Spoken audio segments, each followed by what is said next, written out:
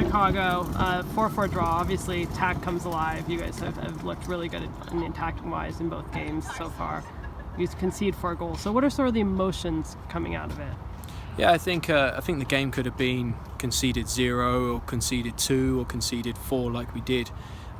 We'd still have positives to talk about on the defensive side, and we'd also have improvements and lessons that need to come away from it. So disappointing to concede 4, and there's a couple of goals there that are unfortunate and maybe not our own doing, and then there was other defensive things that were our own doing, and maybe Chicago didn't score from them. So can't get too tied up in what went in and what didn't go in. We do need to stay focused on what makes us successful, that helps our players be the best versions of themselves inside this team and how we want to play. So there was some good things, but there was obviously lots of lessons, and same on the attacking side.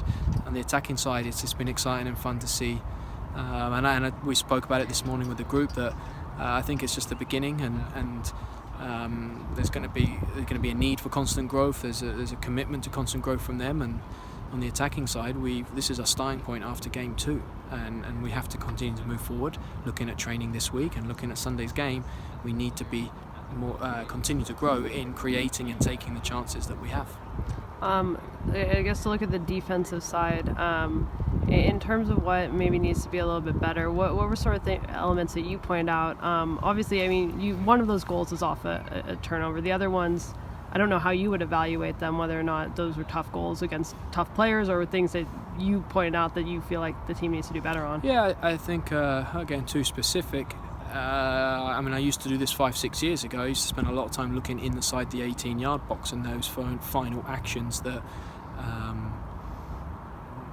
impacted the goal the most. But the reality is, from the first goal that was from a kickoff, within 2 or 3 passes, they've got to cross into our 18 or near our 18-yard box. How that ball gets into the final third, and from the final third, what we could if it does get there, how can we improve that? So I think for me, how they were able to camp at the top of the middle third and bottom of the final third to be able to sustain the attacks that they did during the last 15-20 minutes, and also a few moments in the first half, that's something that we would love to be better at.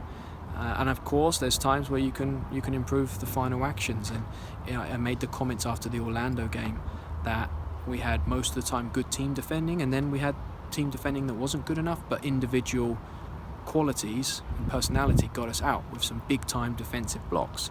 So the same problems were against Orlando, just weren't playing a team that was going to punish you with 4 goals.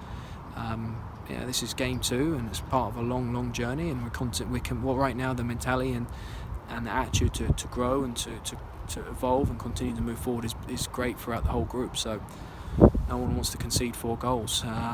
But how we defend all over the pitch, starting from our number 9, is important to the identity of this team. And we were not going to slow down on trying to move forward. We're not going to slow down on trying to improve individuals and the collective on being defensively good and offensively good. Are there any concerns at all? The sample size is small, so maybe not. That maybe the defensive questions are a reminder of sort of the defensive issues from early last year as well? Oh, I think it's fair to say there was a few moments that reminded me of how we looked last year, for sure. But we're in a completely different space than we were last year.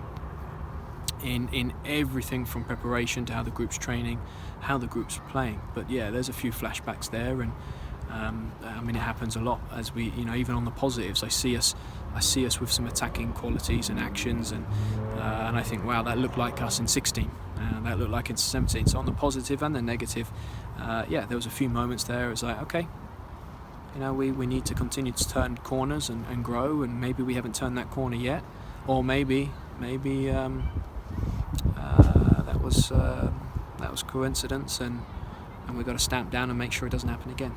And then looking ahead to the Sky Blue game, you have, I think, the last game with the U.S. players in sync.